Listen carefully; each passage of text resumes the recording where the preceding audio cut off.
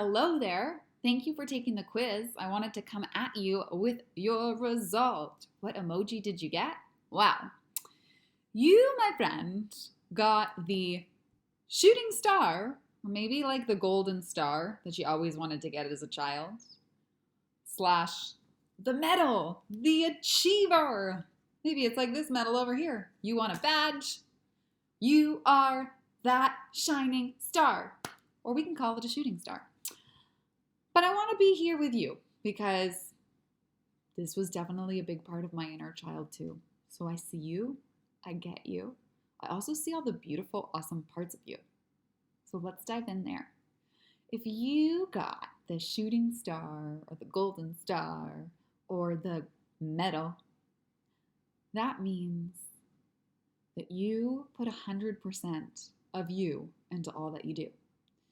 You love what you do. You love working hard.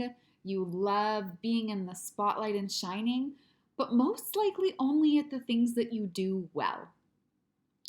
You might be a little bit of a perfectionist, and you might just have this drive inside of you to always do your best at everything you do.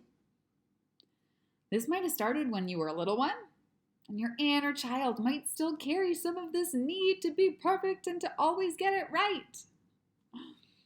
I want you to embrace this beautiful part of you that puts all of you into all you do. But I want it to come from your heart. So your takeaway in play is to really check in. What lights you up? What is your intention behind the things you do in your life? Are you doing them to get that award, to get that star sticker, to do a good job? Or are you doing it because you truly love what you do and it brings you joy and it comes from within rather than simply from outside of you, of seeking some external reward? Because shooting star, we want you to keep being you and to keep rocking all those things that you love to do. But wow. Really deeply knowing that you are lovable and worthy without needing to do. That just being you is more than good enough. That you can get that golden star or that sticker without needing to prove yourself, without needing to get it perfect, without needing to put any pressure on you. Doesn't that sound nice to just be you and know that it is so much more than good enough, and that you are lovable just as you are, and that you get to do the things that you love simply for the feeling you get while doing it. So that is my intention for you. But if you resonate with this, I think journaling about it, it's going to be really awesome because you can recognize where are you showing up in the way where this shooting star is coming through? And where would you like to just have a little bit more fun, a little bit more play, and relax a little bit more and really check in with your desires behind why you're doing what you're doing? What is the intention behind it? And how can you support yourself if these parts of you come up? How can you nurture the parts of this achiever, this person who has a goal and they go after it and they do all of the things, they take all of the steps? How can you nurture the awesomeness of your tenacity, of your passion, of your courage, of your intensity in the beautiful ways that are you? Wow. Also, letting yourself off the hook, taking the pressure off, turning up the play, having more fun, and being so kind and gentle to yourself. Because I'm wondering, if this is you, were you one of those people who always needed to do better, to do more, to learn more? Or when you make a mistake or when you're trying something new for the first time and you might not actually be good at it, do you let yourself suck sometimes? Do you let that be okay? Do you welcome the vulnerabilities, the insecurities? Because sometimes when we had inner children who always wanted that gold star, who always wanted to get it right, sometimes we don't let ourselves try new things. Sometimes we're scared that we need to do it right and get it perfect and that someone might judge us or shame us for being bad at it. But I want to turn the question around. to see how you can reparent your inner child who might have these tendencies or these scared parts inside. Can you love yourself for maybe the parts where you get it wrong? Can you love yourself for the things that are hard to do, but you try them anyways? Can you try something new even if it feels scary? And if you fall down, really speak lovingly, so lovingly, and accept all sides of you, even the ones that are maybe not so good at something. This toolbox for your inner child is a tool that I created for you. And you can find it below. You can click and download your inner child's toolbox. And this is going to really help you to journal and reflect of what might you be able to use in those moments where these qualities come up, so you can be a little kinder, a little gentler, have more realistic expectations on yourself, while not losing that part of you that is committed, that is passionate, that has this beautiful drive, and also add in more play. So you're going to start here by starting with, how does your inner child love to play? Chances are that if this was your inner child, you might not actually play as an adult. You might be like, what does she mean by play? So if that's you, you are going to think and really reflect. Maybe not think, because maybe you're in your head a lot. This is the time that we're going to get into our heart. When you were a kid, or when you were the most happiest in yourself, what are you doing? What is that thing that you do that is like all time goes away when you do it, because you are so in the zone of creativity, of joy, of play, of fun? Maybe it is dancing. Maybe it is drawing a picture, or maybe it's simply meditating or going for a walk, because it's something that you don't have to do anything at all. You're just fully being. We want you to learn to be more. So maybe your way of playing is by doing something where you relax. Maybe it's watching a movie.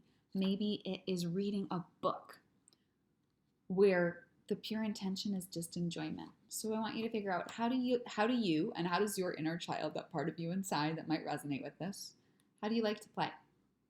How do you like to express your feelings? Does it maybe feel really good for your inner child to feel heard and seen, to talk about all the parts that feel insecure, that feel not good enough, with somebody who can hold space for it and reflect all the love that is within you? Or do you want to journal them out? Whatever way works for you, you can write it here so that in the moments you need them, you've got them all on paper as your reminders of what your inner child has expressed to you that they need. Then how can you feel grounded and safe? And the last one is, what does your inner child need to feel safe and supported? So these are your prompts. And the last part of this fun worksheet is your inner child's toolbox. So we have a parent inside of us, and then an inner child. The inner child might be the part that when big feelings come up, gets scared. And they might revert back to how were big feelings handled when they were a kid. If maybe you had a parent who didn't know how to listen to your feelings, or who wanted to fix them as soon as they happened, maybe your inner parent has that same reaction. And so maybe you internalize this perfectionism and you don't give yourself space to feel your feelings. When maybe your inner child is asking for you and maybe others to just listen. To just listen to you share how you're feeling when you're scared, or share how you're feeling when you're sad, and just listen without needing to fix. So really sit with your inner child and ask, when big feelings come up for me, what do I need? And those are what you're going to write down on that paper. So that way you're setting the expectation and the intention of what your child and your inner child needs when those big feelings come up. So you already know how to meet them with love and acceptance.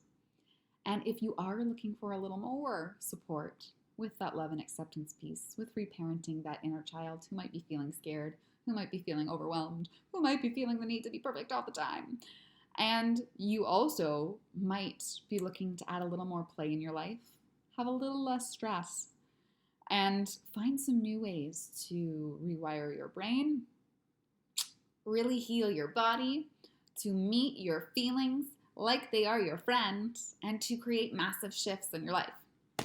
Then, if any of this is ringing a bell for you and your inner child is like, yes, support me, And that inner parent is like, this is a wholehearted yes for me. Or maybe there's just this feeling that you don't know why this excites you. I want you to head over to the link that's even further down and book your 30-minute connection session with me. The first step before that is to fill out an application, which is just your chance to really reflect. Reflect on what it is that you want moving forward. What is your big vision and how do you want to feel? And that way we can get to know each other and see if working together is a good fit for both you and your inner child and me as someone by your side supporting you and helping you create these epic shifts in your life, while knowing that you have a safe space to be held and for your feelings to be too. If that resonates, I would love to get to know you better. And I hope that this toolbox and this super fun quiz really helped you get to know you better, helped you get to know your inner child better. And those parts of you that may want to run or hide, sometimes that's what these stars do with conflict, or when the things that they feel like they're not good at, they want to run or hide. I hope it helps you stay and play and nurture all parts of you, because all parts of you are worthy of love and all parts of you are welcome here. So you don't need to hide, you don't need to run, you don't need to only show the best, perfect sides of you. All of you is welcome. And I hope that your inner parent can really let your inner child know that, because it's true. Wishing you a beautiful day, and so glad you joined in on the quiz time fun and ignited your inner child so that your inner child can come out to play, because you deserve more play.